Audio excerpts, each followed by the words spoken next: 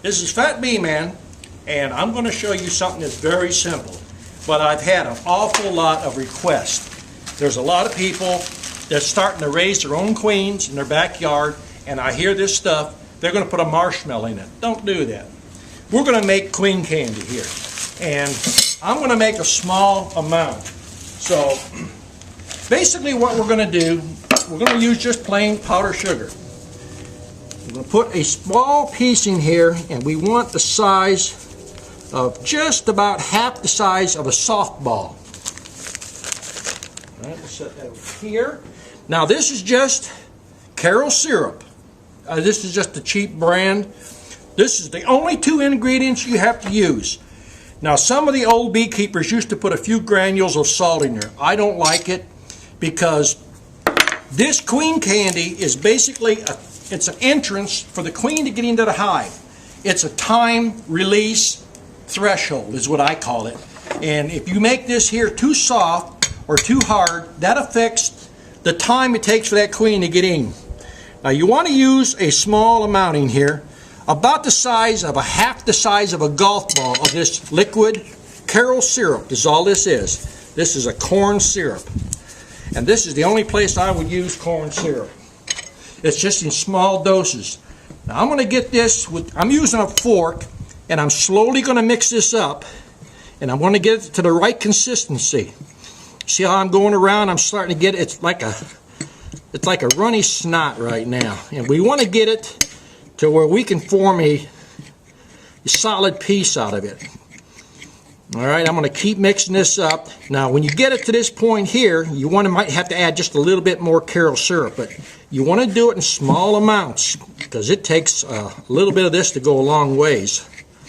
Now, the amount that I'm mixing here is probably good for about 200 queens. So, mix yours up according to. Now, when we come back, I'm going to have this into a more solid form. It's no use boring you right now just getting this here mixed up, so I'm just going to go ahead and mix it up.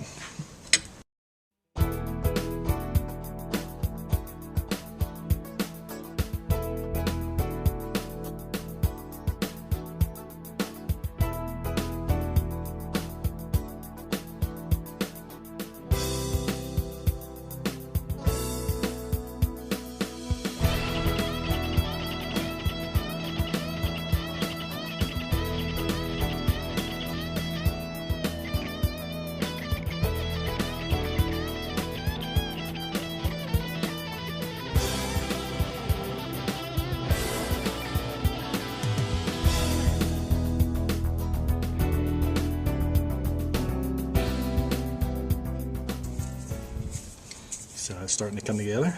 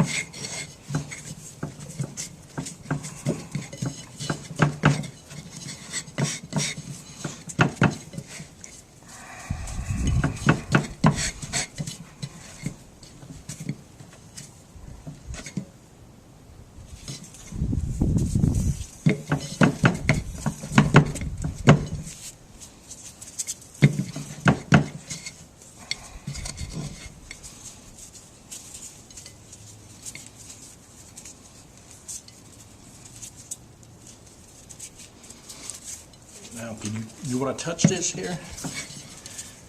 All right, touch that there and feel it.